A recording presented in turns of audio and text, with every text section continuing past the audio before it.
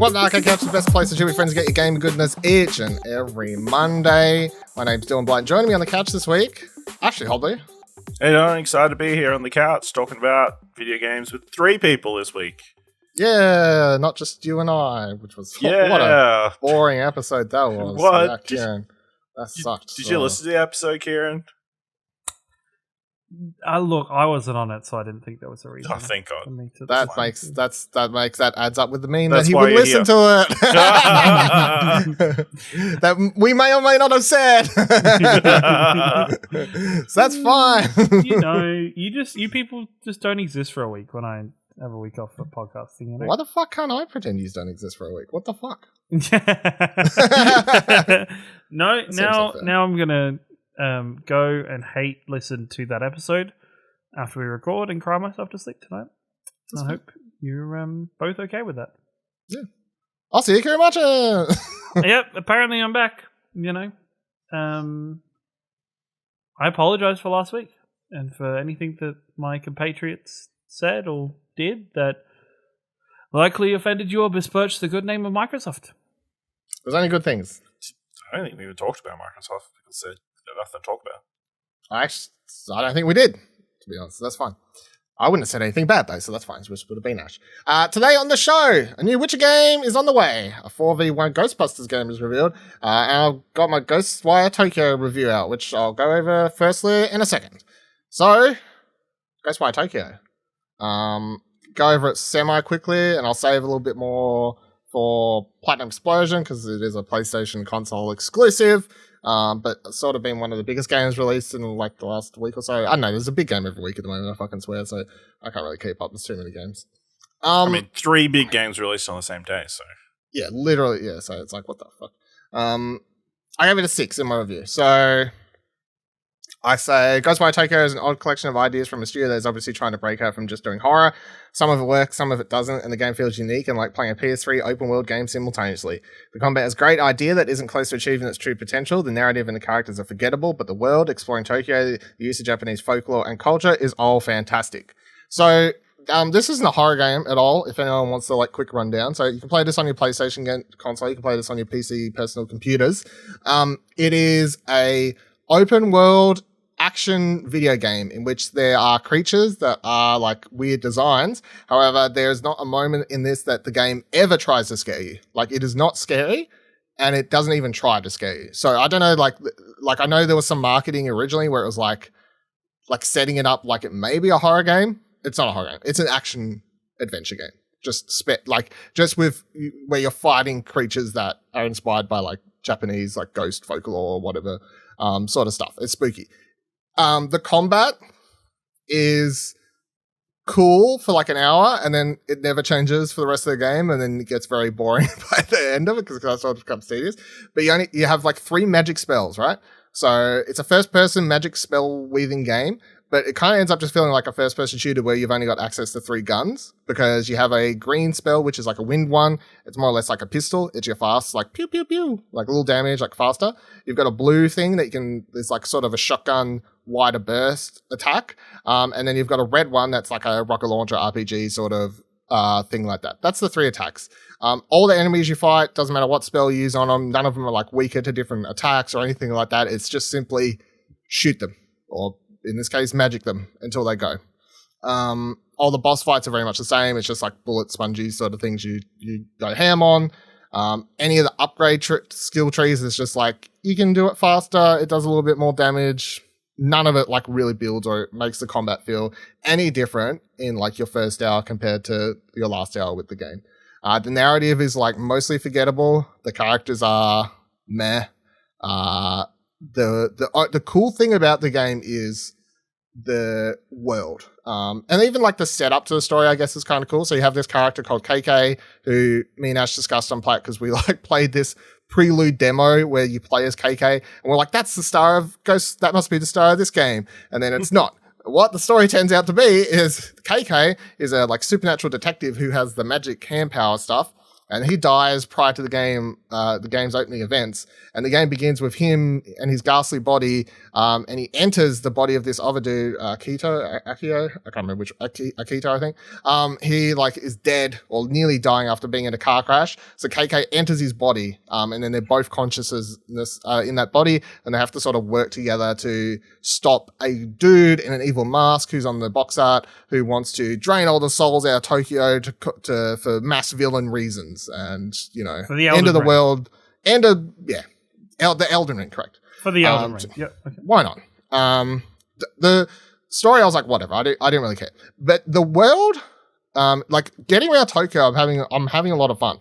And it is like, it ticks like that side of my brain that just loves collecting shit. Because this game has the most sort of throwback open world design I think I've seen in recent memory. Like, it is just like a fuck ton of collectibles. And of various designs, and like you can probably play through the game's campaign in like 6 hours, and it'll take you 3 times that amount to probably complete all the side content. Like the majority of the game just needs to be collectibles. Like there is nearly 250,000 souls to collect in the game that are around the open world. Most like they're sort of in clusters of say 100 or a couple hundred each, but even then there are just hundreds of thousands of these fucking clusters of souls to be sucked up around the place that you like. The idea is you like return them to their human bodies outside Tokyo and you save them somehow through magic. But in general, exploring Tokyo is really cool because it's a very cool, like very well designed Tokyo. I think most comparable only to Yakuza as well as far as like detail to like and realistic detail to Tokyo as a real place. The game obviously draws a lot from Japanese folklore, but also culture and all these other elements. I think the thing that stood out in this game though is none of it comes off like trying to be Japanese for cool sake. Like I don't want to throw like Ghost of Tsushima under the bus because like I do like that game, but the thing with that game, and I mean even Sifu, which has had this similar thing brought up recently, is the games that are centered on Asian culture and places.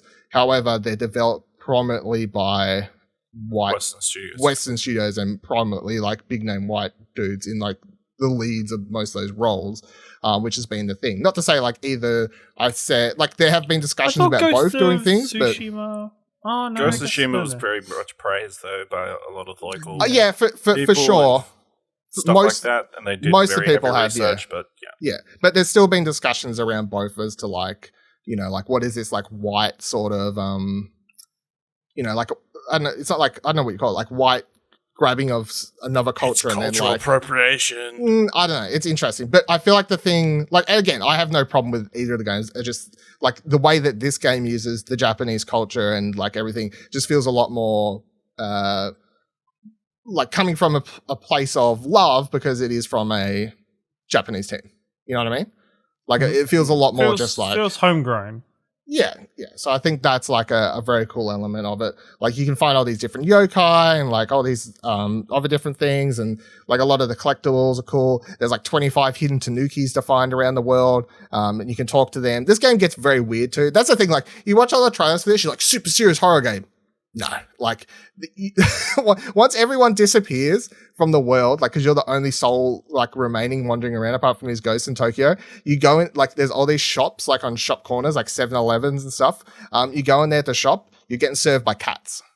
These cats have come out during the spirit world and they're just like floating in the sky and they're like, what's up? Like the game gets very weird and they'll like sell you stuff and like tell you weird things. You'll find these tanukis like hiding around and stuff and you'll be like, what are you doing? And then they're like, oh, like I'm trying to find the leader of our gang. Like they're in a tanuki gang. I don't know. Like it literally sounds like the plot of that movie, like the Studio Ghibli movie. I know they're about to go to fucking war or something. So yeah, there's a lot of really weird. Do the tanukis have oversized balls? Yeah, I mean, maybe. Oh, okay. Well, who's to say? Look, if they're appropriately oversized, you wouldn't say maybe. You would know. Maybe it's true.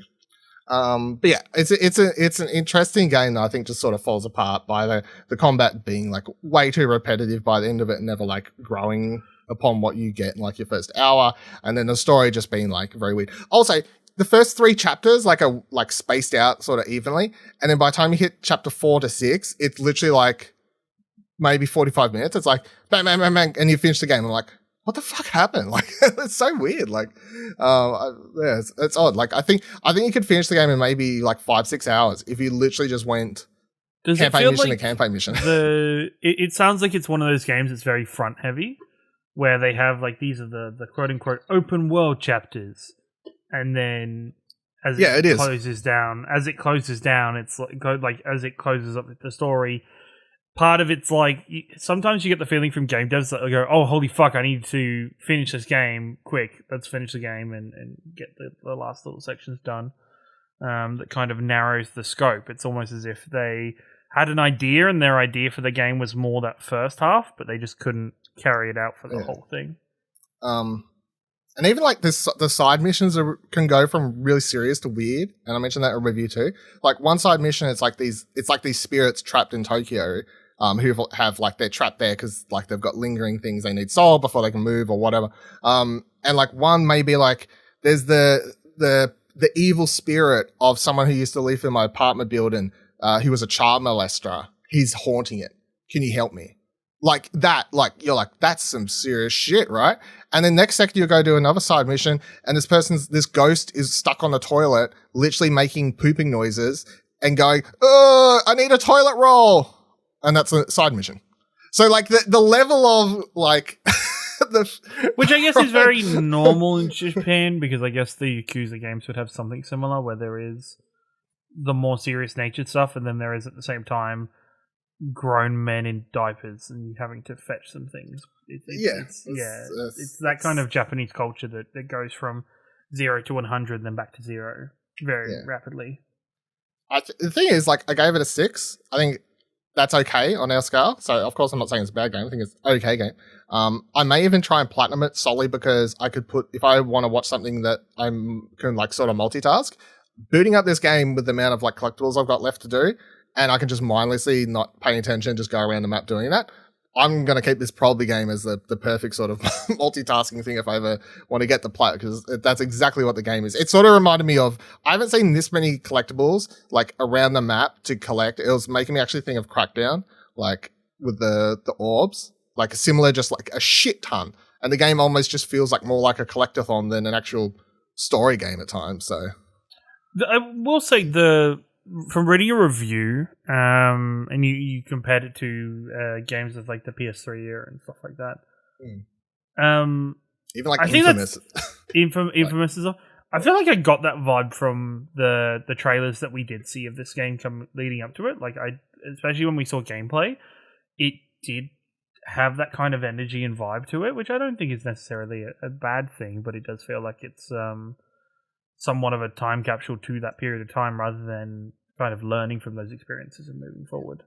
I definitely feel like there's going to be a core group of people who love this game for what it's trying to do. Yes. They'll be like, this is exactly what I want. I feel this fits into, and it was the comparisons it was getting early, but it fits into that Evil Within kind of, not evil. Is it Evil Within? I mean, that's what the same developer feels weird. Yeah. Yes. Okay. Yeah. So I think it fits perfectly into that same kind of genre and kind of feel for a community.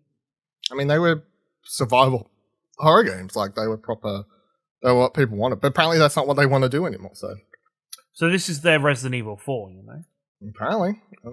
Anyway, I can read my full review for that. And the other one I haven't finished writing my review because I'm not sure exactly what score I'll give it. But, and I did discuss this, at least the time I played on this past week's episode of Platinum Explosion, which is Anno Mutationem, or a game, I still can't pronounce the fucking title. But after we finished talking about it on Plat, which we recorded on Tuesday, I then proceeded to beat the game by the end of that day before the episode even posted. So that's, the way it landed.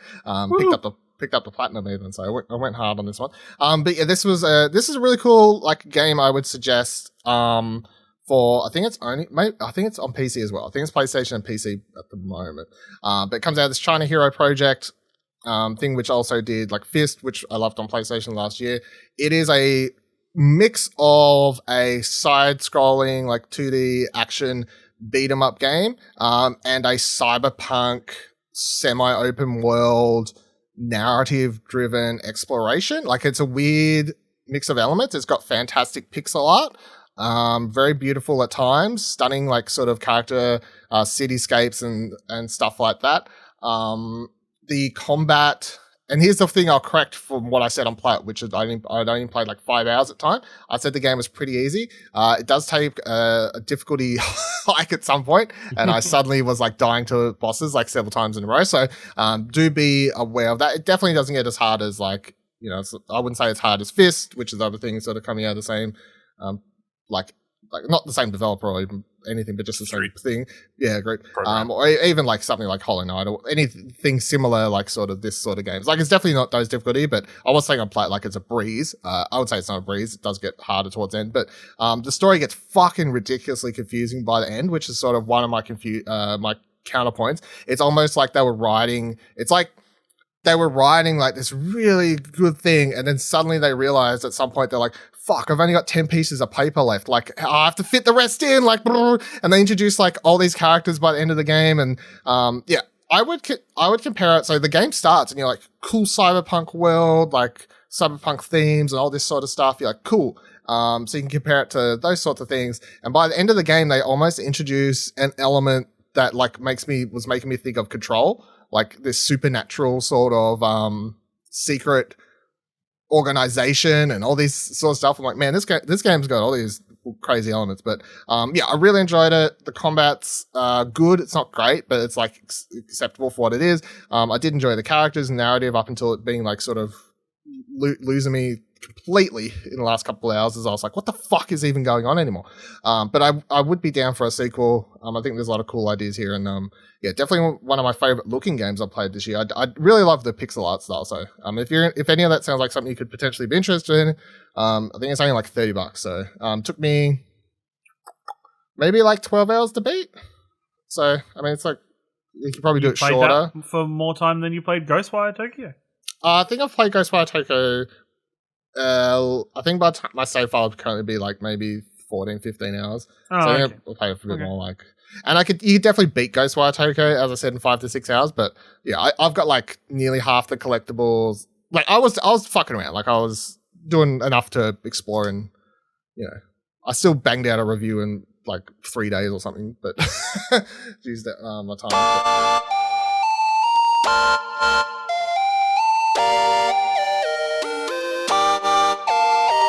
Let's get into the news for this week. So, let's start with the major big thing that happened that everyone's sort of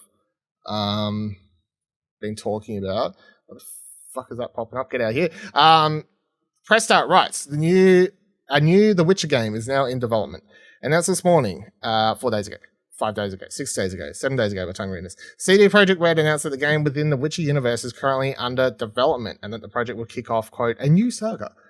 For the franchise. Development of the new title sees the developer move away from the in-house engine, Red Engine, and instead adopt Unreal Engine 5 in a new multi-year partnership with Epic Games. Red Engine, however, is still being utilized to develop the upcoming expansion for Cyberpunk 2077. And I want to add to this discussion because I did note the other day to Ash, I was like, when we discuss this, I'm going to make sure to bring this up, but then Kotaku has done the job for me and wrote something here. So, new Witcher game director promises no crunch, despite studio history of crunch, writes Kotaku. So, as part, quote, I'm super thrilled to announce that I've humbly been working to ensure the success of the next big AAA The Witcher game as its game director, wrote veteran Witcher designer Jason Slammer on Twitter. Think he could join a team, blah, blah, blah, blah. So he opened up, we got some things there. Someone, quote, retweeted him and said he left out the part about, quote, horrible crunch and being treated like a dog, end quote. Slammer responded saying, quote, not on my watch, end quote. Some game companies have taken very public position against crunch, an industry term for bouts of extended overwork during game development, especially during the run-up to new milestones or shipping the finished product. One of them is CDPR. It reportedly crunched extensively on The Witcher 3. During the production of the sprawling open-world RPG Cyberpunk 2077, the company promised it wouldn't make anyone work mandatory overtime.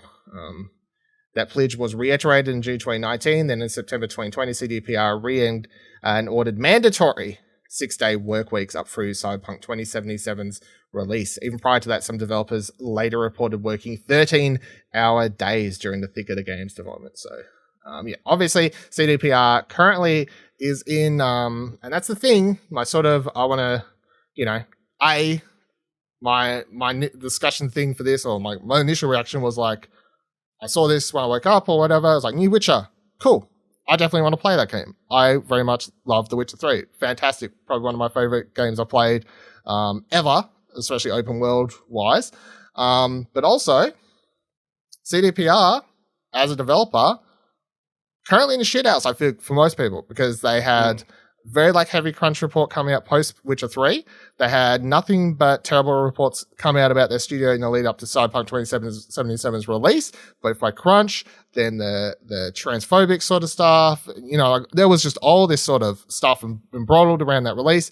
Then the game releases, and then they're in the gamers, quote unquote, the gamers shitbox because how buggy the game was at release, and all this sort of stuff, which I sort of separate, because by the gamers, when I usually say that on this podcast, when you say that, you mean the mainstream audience. I mean the mainstream audience who doesn't care about the crunch. They don't care about the transphobic stuff. They care about the games being buggy and not worth the money. That's I'm sure there's a crossover of audiences somewhere, but most of the time I feel like they're separated.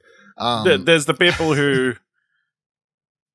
care about the people who work on it, and then there's people who don't care how the sausage is made. Yeah, exactly. They just care if the sausage tastes good. Yeah, and they don't want to see. And it did taste good. They want to see. They want to know how sausage is made. They just want to know. They just want to eat the sausage. So I think it's very interesting because the Twitter response I saw from majority of people the day it was announced was, "Fuck yeah, new Witcher," and I was like, I get it, but also it was that whole I was having that moment of what? Did we forget? Why are you surprised? I know, maybe I shouldn't be surprised, but I was like, it was that whole thing of 24 hours ago, if someone had said CDPR, I feel like most people would have been like, boo, you've got a lot to make up. And then they're like, new Witcher. Everyone's like, yeah, I fucking love you. I guess as a franchise, Witcher has maintained its good standing away from CD Projekt Red in terms of the Netflix series, both the Netflix series and the animated movie that came out. I mean, they have nothing to do with that, though. Exactly. They had nothing to do with it. So people hear The Witcher. The Witcher. Yeah. It's The Witcher. They hear The Witcher and they don't give a fuck that it's CD Projekt Red. How many people played The Witcher 3 after watching that series? Apparently the numbers were up. I think I saw a report at one stage, yeah. I saw Steam, at least. I was watching a video by Outside Extra today that included talking about something about The Witcher 3, and I was like, holy fuck, I can't wait till that remaster comes out. Or whichever, the you going to go finish the game? Version. Next gen? Yeah, I think so. I'll try. Maybe I'll try. Maybe I'll pencil in some time to try and... But at the same time, I was like, fuck yeah, I'm excited for that. I just want this to be a thing where they've said it now so that they don't have to worry about leaks in terms of there being a random news article come out and be like, CD Projekt Red working on the next Witcher game already, blah, blah, blah. They've said it. Now go fucking radio silent until you've actually got 95% of a game. Don't overhype it. I don't want to see any fucking pictures with yellow backgrounds popping up on social medias. I don't want anybody setting any unreasonable expectations. I want them to just go work on their game, go make their game, release a trailer 6 months before it comes out. Go do exactly that. It's the fucking Witcher. Henry Cavill will still go do Henry Cavill things and do publicity that way for you as Geralt of Netflix. I just don't. I hope they've learned lessons from not just about avoiding crunch and managing their time better, but overall communicating. And I feel like CD Projekt Red over communicated with Cyberpunk, and they over communicated and over promised. And I think they need to just pull themselves back and just... They just need to not say anything until it's done. Just don't... Exactly, 100%. Just one day, bam, it's here. It's here.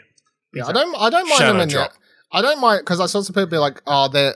And after everything I just said, I saw some people being like, they're announcing this for good press. I don't take that side. I think we should be more open to developers just announcing projects, because the post was, hey, we're working on New Witcher, do you want to come work on it?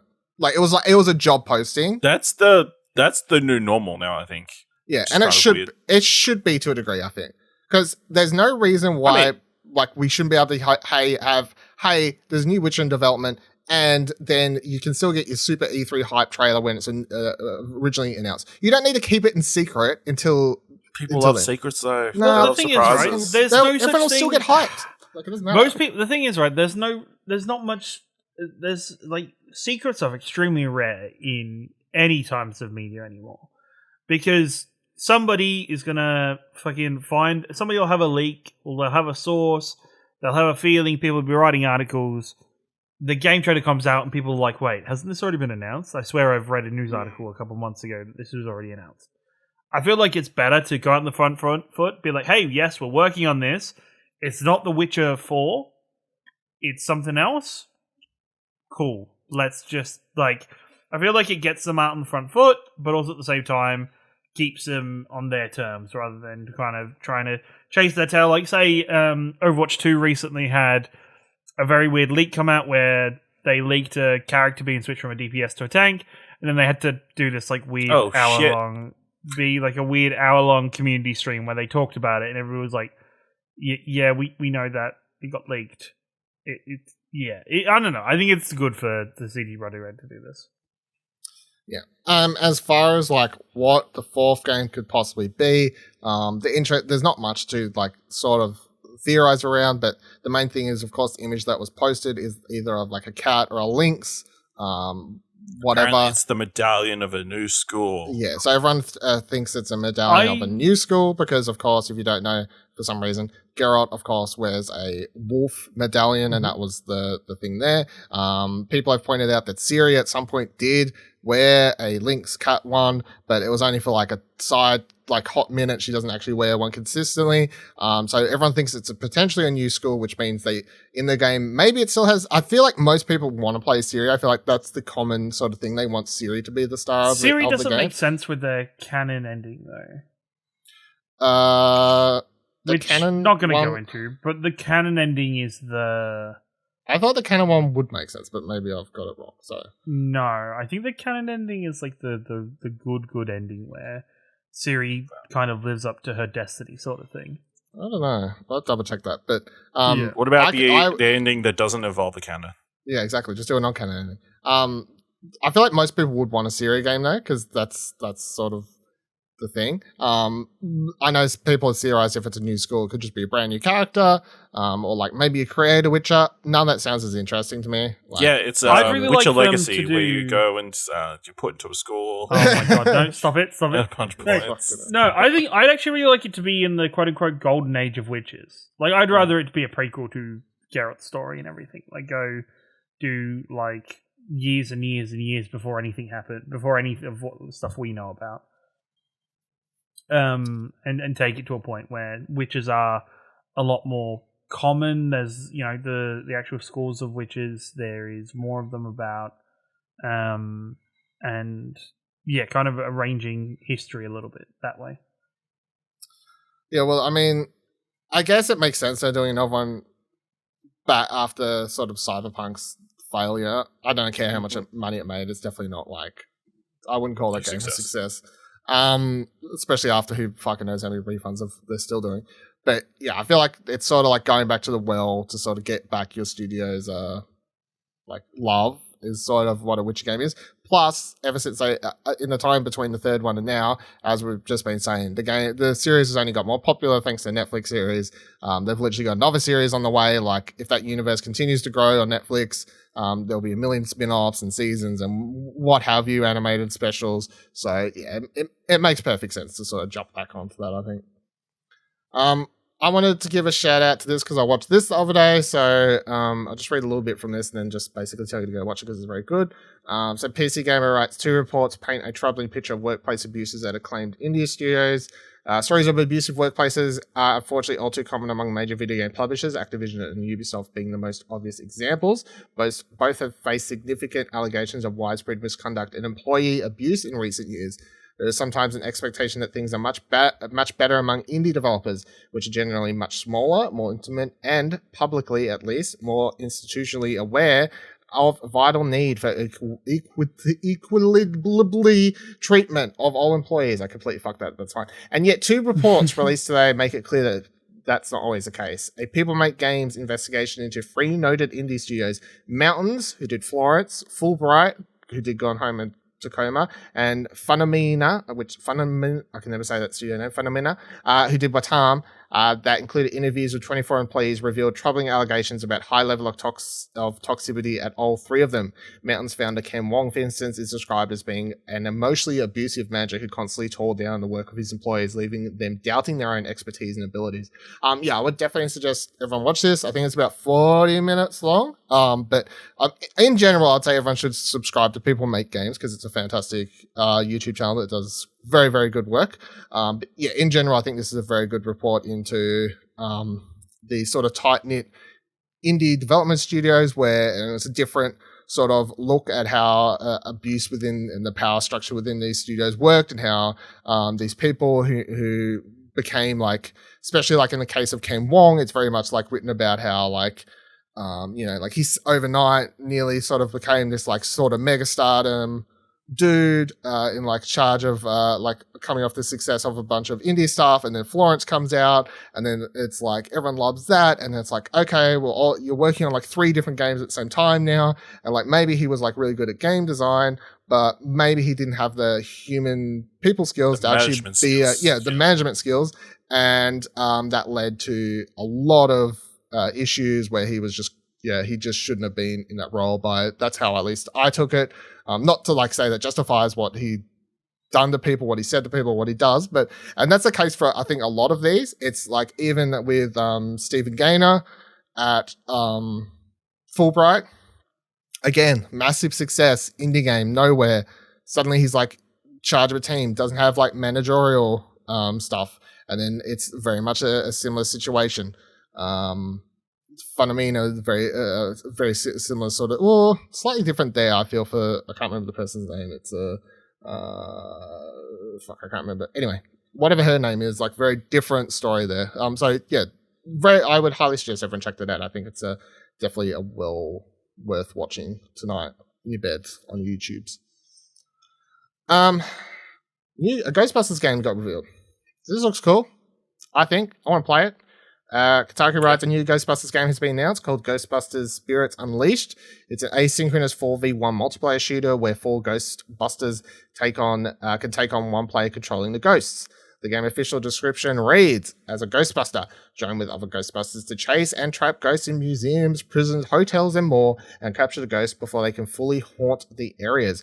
Or, as the ghost, hide, sneak, surprise, scare, and of course, slime Ghostbusters and civilians until everything has gone completely spooky. Use trickery, deception, and ectoplasm to gain the upper hand and drive the Ghostbusters out. It is being developed by Ilphonic, who, of course, most people would know for Friday the 13th, but their last game was Predator Hunting Grounds. This one is returning more in line with, I think, Friday the 13th. They're both asymmetrical. Yeah, I know, but the other one like had first-person shooting. Oh, no, I suppose this it seems a bit more lighthearted. I know it's weird to say because Friday the 13th had you killing. Was you murdering a bunch? But I think this. You were murdering your friends. Friday the 13th was fun as shit. So yeah, I definitely I think, and Ilphonic have talked about really wanting to get it right with this one. So, and I definitely feel like concept wise and IP wise, this is sort of. It's just all hands. This is perfect for this game to be a success. Yeah. I think if they do it right, this could be the one that's sort of the major success for them. Yeah. And I'm definitely super excited.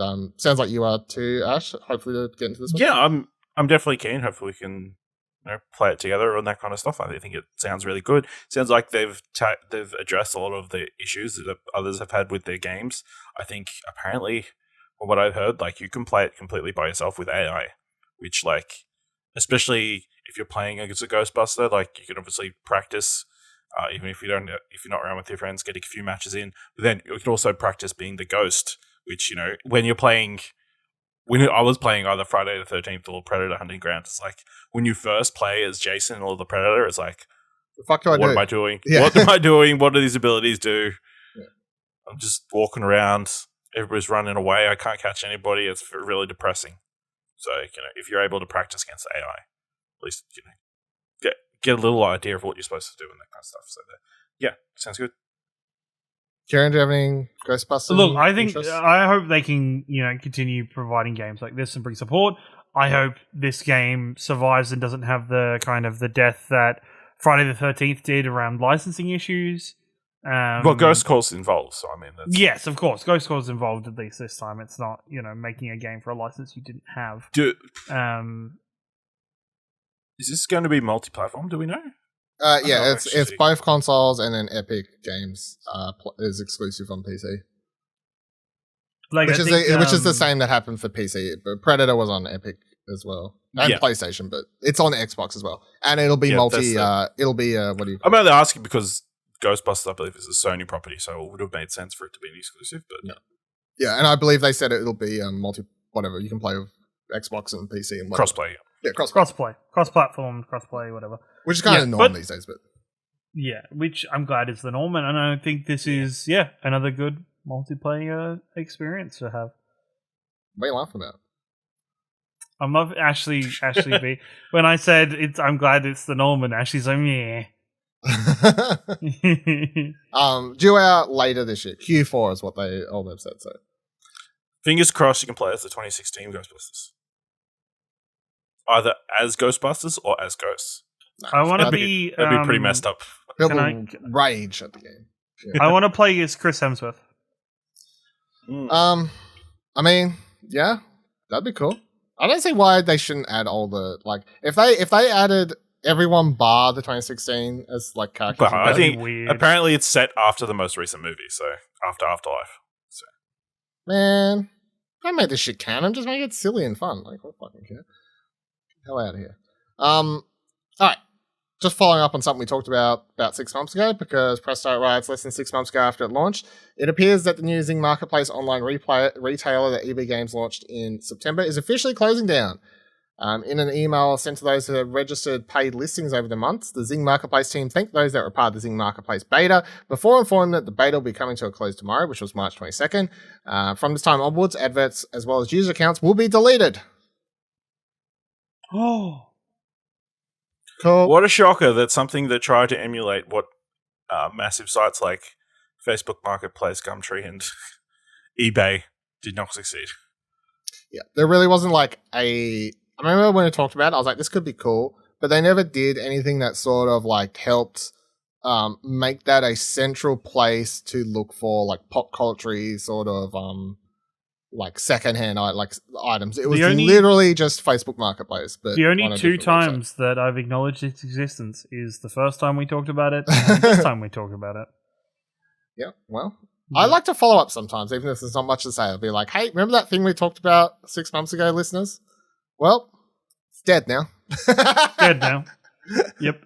When do we do that for Mario Kart Live? Fucking hell. It's not dead as long as I still own one. It lives in my heart, lives in my soul. All right? Let's go. Plague Tale Innocence is going to be a TV series. Add this to your list. PC Gamer writes. Beautiful horror adventure game Plague Tale Innocence is being adapted as a TV series to be filmed in France. The game follows the story of 2 siblings in a 14th century France ravaged by Black Death and an unnatural horde of rats carrying it. The game was praised for its cinematic style and creative gameplay on release, though the gameplay did get a bit stale by the end. The news was first reported by French publication Allons-y. Oh. French director Mathieu Turi is attached to run the series. Turi previously did horror movies Hostile and Meander. Turi says that he was, quote, honoured to work on the adaptation, and he can't wait to bring Amici and Hugo's journeys to the screen. Ash, going to be watching this one? Maybe. I'm just really excited that, we're continuing to see the knock-on effect of the success of the Suicide Squad. We've got the Peacemaker show, and we've got the Ranch Catcher show. I mean, hey, that's a game that got delayed. Suicide Squad. That's true. Officially, I know we talked about it the other week when it was like, "Hey, this is 99% confirmed," and then this week they were like, "Hey, that game's confirmed to be delayed." I'm like, "Cool, we don't need to talk about that again." Whatever. I was like, we talked about that weeks ago. Yeah. So obviously, Plague Tale, I still haven't got around to playing it. I very much want to play the first one prior to the second one coming out, but I still think this is in general, just what I know from the story and everything. It's like one of those funny video game adaptations where I'm like, there's nothing video game about it. The story, the concept, everything. It just seems like some BBC TV drama storyline. The other thing is, it's not like a Hollywood adaptation. No. It's clearly made by French filmmakers. French. Yeah. So That could be good though. Netflix. At least it's not Netflix. You know what I mean? Like Netflix having fucking all the video game adaptations lately. So yeah, you know, all the international stuff has been very successful lately. So. Yep, could be Paramount. Hey, hold your horses on that one. Yeah, I'm keen. I mean, we just got so much video game adaptation stuff coming up that, like, it's that whole thing where it used to be like one thing got announced and you'd be like, fuck, I hope that's good because it's only a video game movie coming out. And now there's just so much being thrown at the wall that you're like, even if one thing sucks, you're like, there's another thing coming up, you know? Like, there's just like a lot of video game. I feel like there's lots, and the same thing is, it's like, yes, we hear it announced, but we're not going to watch this for like 2-3 years. You never know. Like, it's not like high budget. You know what I mean? Like, they could turn it around a lot faster. I still don't think. Maybe. I don't know. I still think it'll be a while. It'll be a while.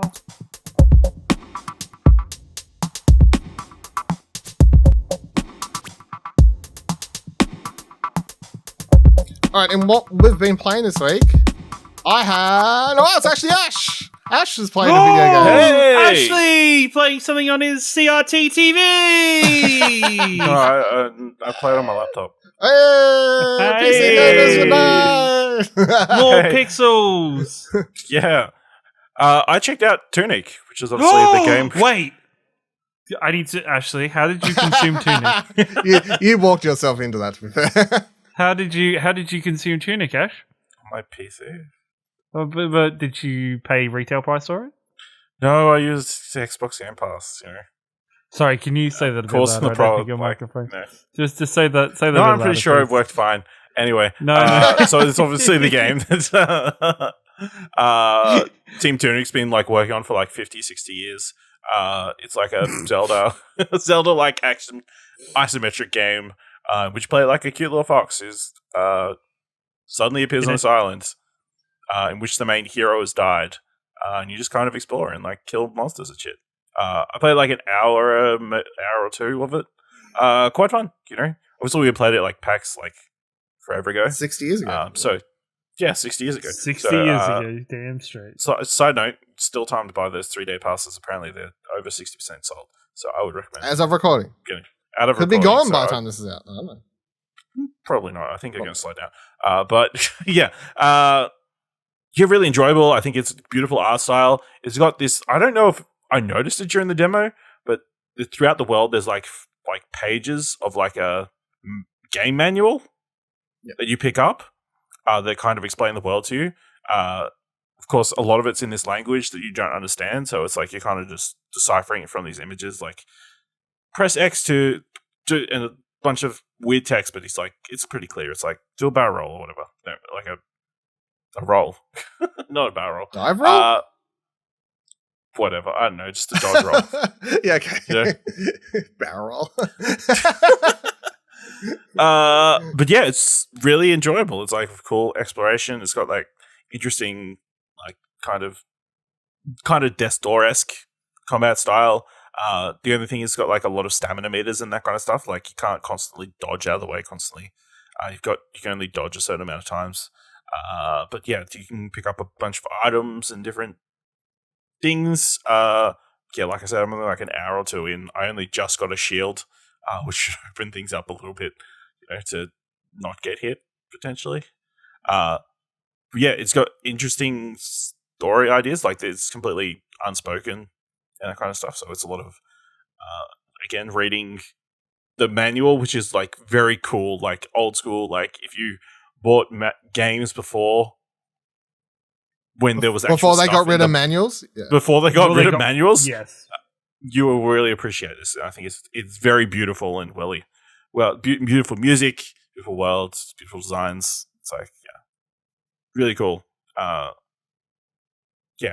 of the story that they're slowly hinting at is quite interesting. So yeah, I'm keen to play some more when I've got some time or will to put myself through it. I did die several times, so. Oh, I think you'll die more from what I've heard. Yeah. Also, there's a button, I can't remember which one, but it lets you lean the camera forward a bit so you can notice like some of the different little hidden paths and that kind of stuff. Recommend doing that because I was like stuck in this one section. I'm like, where the fuck am I supposed to go? And I was supposed to go up from where the boss was. That sounds like good game design that it taught you that was a mechanic you need to use. Yeah. But then I found a bunch of other stuff too. So it was worth it in the end. It was worth it. Same thing as you having an Xbox Game Pass subscription was worth it. So you could take such time. It's still the same thing. Yeah, I apologize to the indie devs that I'm not paying directly. You should. They're probably thanking you. Yeah, obviously I'm going to play Tunic at some stage. I feel like... Is it after Elden Ring? You're fucking... Have you even opened Elden Ring yet? No, it's on classic, yeah. Oh my god. I can't believe you've done this. See, it's going to be so great. You're going to have the last copy of Elden Ring in plastic. It's true. Maybe I just will never open it, but I feel like I've played Tunic before at this stage because at least it's not going to take me 100 hours to beat. But yeah, obviously I really came for Tunic, being excited for it. All the reviews came out whenever it was last week, and they were super positive. I think Tunic's definitely going to be in that, along with Elden Ring in the Game of the Year discussion from what I can tell. Lots of people giving it like really high scores, so we definitely need to check it out before the end of the year at least to get a part of that. But the one thing I know I've had people talk about, which is cool to see, which is that I think one of the complaints I've seen is that the bosses get quite hard and it's like unjustifiably out of nowhere because people are like, oh, the game like difficulty is not that bad, and then you go into a boss and it's suddenly like, this game's fucking hard. But I've seen like some people point out, like I think it was Janet Garcia, like just in her review or whatever, it was like, look, there's a god mode and I fucking abuse that sucker. Like I was like, fuck these boss fights, god mode, whatever. Oh, I might just stick that on straight away. Yeah, and then like turn it off and then play the game and like whatever. So I was like, all right, that's cool. Again, because like, you know, fuck challenges. Just let me go through. Fuck the police. Cool. Yeah, I haven't been playing anything else other than the two games I mentioned, so got nothing else really to go. All right, main topic for this week, I want to talk about Halo. Has anyone watched it, or am I just talking about it by myself? Ken, you didn't watch it, really? You're a fucking fake fan.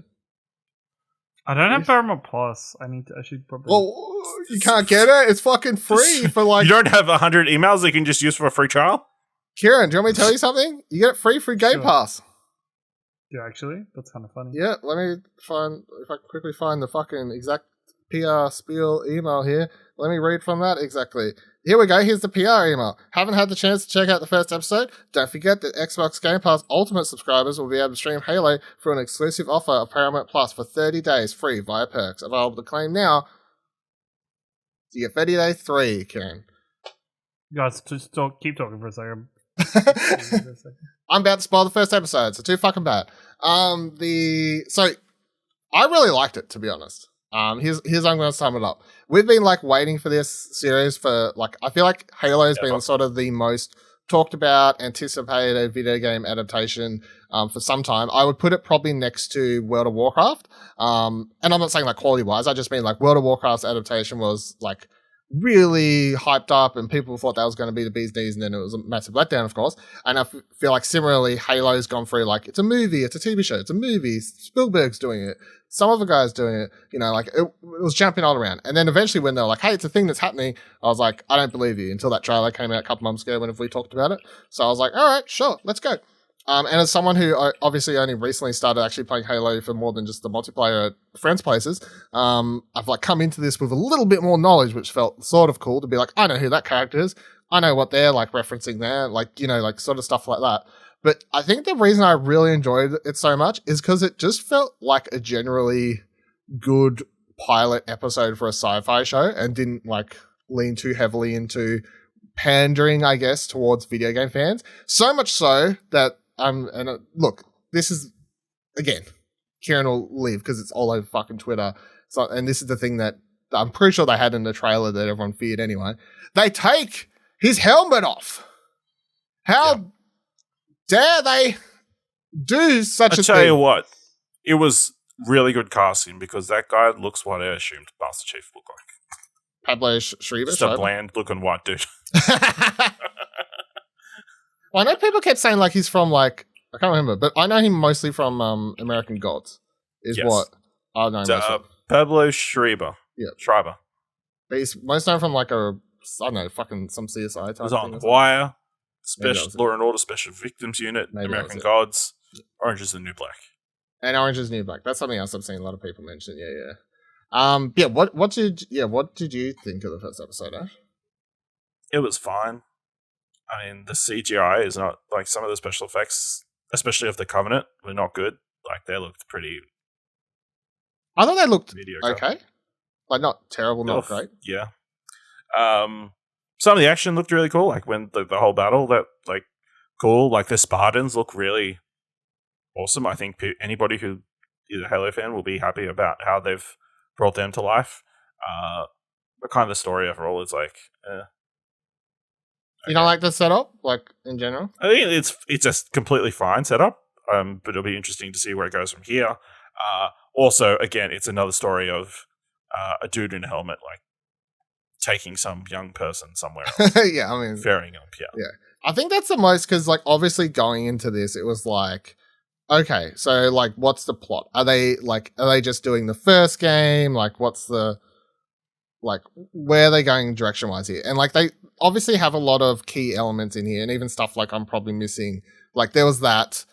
I don't know if that character, the really alien looking Star Wars dude, who talks to the lady in the old black like cloak thing. Remember that part? I was like, I don't know who the fuck this guy is if he's from the game, but what a weird looking dude. Like, like he actually looked all right, special effect wise. He looked better than a lot of the random Covenant who were just shooting people. But in general, I would say I loved like I think this is a fantastic like sort of first 20 minutes. The way this episode starts and it introduces you to these like what are the normal humans called, Kieran? Like not UNC, what would you call them? Like just insurrectionists? I don't know. What do you reckon? Like humans? You reckon? I don't know. I think so. Okay. Humanity? I don't know. Like because the game, so the show starts and you like meet these group. They're like humans and they're like talking about how the UNC's like trying to like kill them all and like bring them under their regime. And how like they're talking about how their fear of the Spartans and these ungodly like demons that won't die and stuff like that. I think it's like such a cool setup. You meet some of these characters and you think a lot of them would potentially be like main characters in the show going forward, sort of thing. A few of them in particular. And then you have the Covenant show up and they just begin fucking slaughtering. The show's a lot gorier or a lot bloodier than I thought it would be. I mean, given Halo's like sort of PG cartoon violence. The show opens with them murdering a bunch of children. Yeah. And blood going all over one of their faces, like splatter everywhere. And then there's like several times. Yeah. There's even that one shot. Not that great. I know, but it's still like a lot more violent than I just like expected. Like there's even times there where the Spartans and even Master Chief just like fucking blast this one dude's head into a billion pieces on the ground. Like it's like, I was like, this is like pretty full on, I guess, for something that I thought would be, just a PG. Bit more tame. Yeah, a bit more tame. So accessible. But yeah, I mean the key setup for people who are like, why would I watch this? I don't even care about Halo. Like, what is the story here? Like, what is the grab? Because Halo, Master Chief is like a very just like bro character who doesn't have much in the games, I guess. So it's like what they've done here is they've copied the plot of The Mandalorian or The Last of Us or whatever else, which is they have in the opening episode, they introduce this girl who's like the last remaining survivor of these people the UNC were like putting their foot down on, and then they're invaded by the Covenant, and then Spartans save them, and now you've got this like then the Chief grabs this fucking Covenant artifact. I don't know if that's from the games or not. I have no idea. It breaks his wiring, and then you've got him now being like able to sort of think more freely and outside of the UNC box, which I think I loved. I don't know who the actress, I can't remember the actress's name, but the actress who plays Dr. whatever her name is, like the creator of the Spartan program, her like reactions to sort of Chief like breaking free, like I love, like she has these little looks of sort of like shock plus also intrigue, which I quite enjoyed. That whole like, oh no, but also, oh, how's he doing that? Like, how's he like, I can't believe he did that. Like, I didn't think he could make that decision freely on his own accord, sort of thing. So I like how intrigued she is by everything that's happening. Yeah, and then the setup for the show, I guess, going forward is you've now got Master Chief, like sort of awakened, and he's trying to save this girl because he now realizes that she shouldn't be killed because she doesn't deserve to be, and then go from there. So I think it's a cool setup for a first episode, like in a general sort of sci-fi show way, like not even going as a adaptation. So, and I mean, this episode had 2 or 3 kick-ass moments where it went into first-person camera as Master Chief was shooting people. So I haven't seen shit like that since the Doom movie. Like whatever. So. Oh my god, yeah, it's with Keith Urban and The Rock. Yeah, with them. Kieran, I know I just spoiled everything for you, but does any of that make you more excited or less excited to watch any of it? I think I'm still at the same point where I'll still watch it. You know, I just found I had a perk on my Xbox Game Pass. Did you? Oh, yeah. Wow, yeah, I just discovered it. You're just clicking around. just signed that up. I just clicked it around and discovered it while I was trying to ignore you two. But no, it is. Look, this was always going to be an interesting show from multiple different perspectives. How's the music? I think is the important. It's thing. not from the game. That's all that matters. But they have a theme, like there's an opening title card where you can tell they're trying to do something that's like Halo sounding without being full Halo. I honestly wouldn't be surprised if they use the classic tune at some point in this and just save it for a much more epic moment. Like don't blow your load in the first episode if you know, like you don't want to go all in. So there are recognizable sounds. Like for instance, there's a part where like this one of the other Spartans is like, I need covering fire, and Chief's like gets up there and he like starts blasting the shit out of this Covenant, but then they start shooting him back and his like shield starts depleting and you hear the like classic like Halo like that thing. So he ducks under cover and then you hear the like as the shield goes back up. So I think little effects like that, like even though it doesn't have like the classic music in the first episode, it's still doing the sounds that game players would be like, oh, that's cool sort of thing. And the guns all sound like the guns from the game, like all the actual gun effects sound like the actual guns for the ones, especially the Covenant guns sounded like their actual blasters or whatever they're called. So, and the blade things, the blade vibro blade things, or whatever the fuck they're called. I don't know. You know those things? You mean just the energy swords? Energy swords, yeah. Because at one stage, someone just like gets fuck it. Like, I'll tell you what. When you do that in the game, you just respawn. Like in this, he stayed down. Like I don't know what. I know what's going on. You at least ragdolled across, you know? Yeah, I know what's going on there. It's crazy. I will say, the thing I hated the most was the opening credits. The title card credit sequence? Yeah.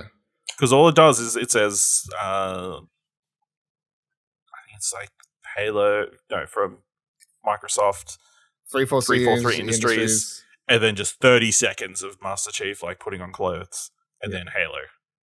It's like you didn't even put any titles in the title card. I don't know if I'll change it like in the next episode or something. I don't know. Like who's playing? Dr. Halsey, that's what I was trying to remember before. And the actress is Natasha McElhone. McElhone? I fucking can't get this open properly. McElhone. Anyway, yeah, I thought she was. I really enjoyed her as the. I thought she was good. Also, I can't find the guy's name, but whoever plays like the general or whatever, like he very much like looks the same from the game, like that dude. Like so, I mean, it's just sort of a typical general, I guess. So, but he sort of fits in. Yeah, I'm keen. I'm after the first trailer, I was like, I'm keen to check this out. But I really quite enjoyed the first episode. And I think there's potential here for just a fun, if not sort of pulpy sci-fi action series. And I'm glad they just get the whole, like, he's taking his helmet off thing out of the first episode. So if fans want to get, like, real pissy about that and cry about it, you can get that out of the way and you can fuck off and then... Yeah, move on. You was like, hey, this is the series. It's going to take his helmet off. Yeah. Because it's hot, probably. Well, I mean, at least he does it for good. Like, she asked, at one stage, is like, why do you wear that? He's like, it's got all my shit, like, all my...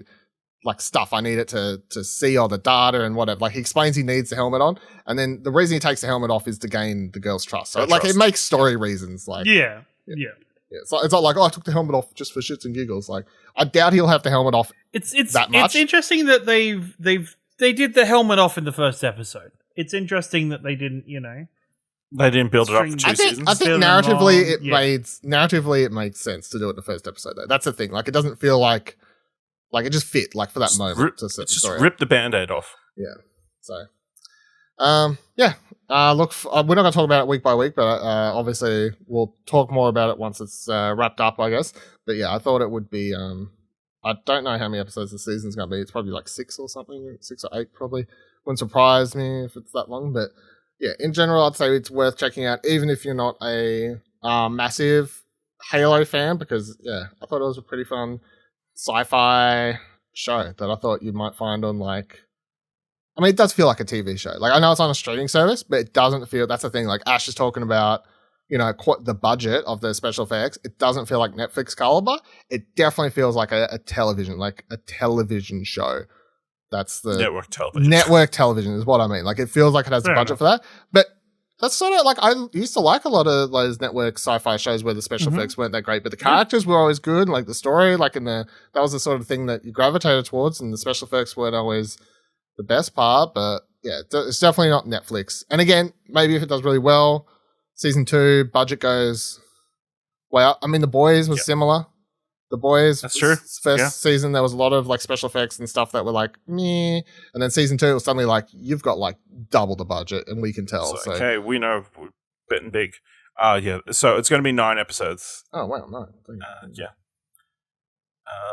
Yeah. So we'll see. I'm just glad it actually aired. There weren't any cannibals involved in the creation of the show. That's good. Yes, very good. I'm glad for the creator, Kyle Killen, who had a long run of like shows that would start and then can be cancelled in less than a season. So well, at least this one's going to finish, because I mean they filled it all, so it's all going to it's all going to air. It's all going to at least air. So, I mean they've already greenlit a second season. We know. So yeah, that's true. That's true. We know we're getting more. So. Let us know any comments, questions, concerns, your thoughts on Halo or anything else we'll discuss this week. Of course, by tweeting at us or joining our Discord. ExplosionNetwork.com/Twitter, ExplosionNetwork.com/Discord takes you there. If you like this episode and thought it was worth $1, head on over to Ko-fi, ExplosionNetwork.com/support. Takes you to our Ko-fi page, worth $1 over there. And as a reminder, this week is Arcade Couch Between the Cushions week. So if you're listening to this in the morning, Monday morning, that episode will be posting at 6 p.m. tonight. So make sure you check out Arcade Couch Between the Cushions. Side-splitting humor. It's so funny. Just talking about just normal stuff that happens all the time. Always on highs. No infuriating, worrying things at all.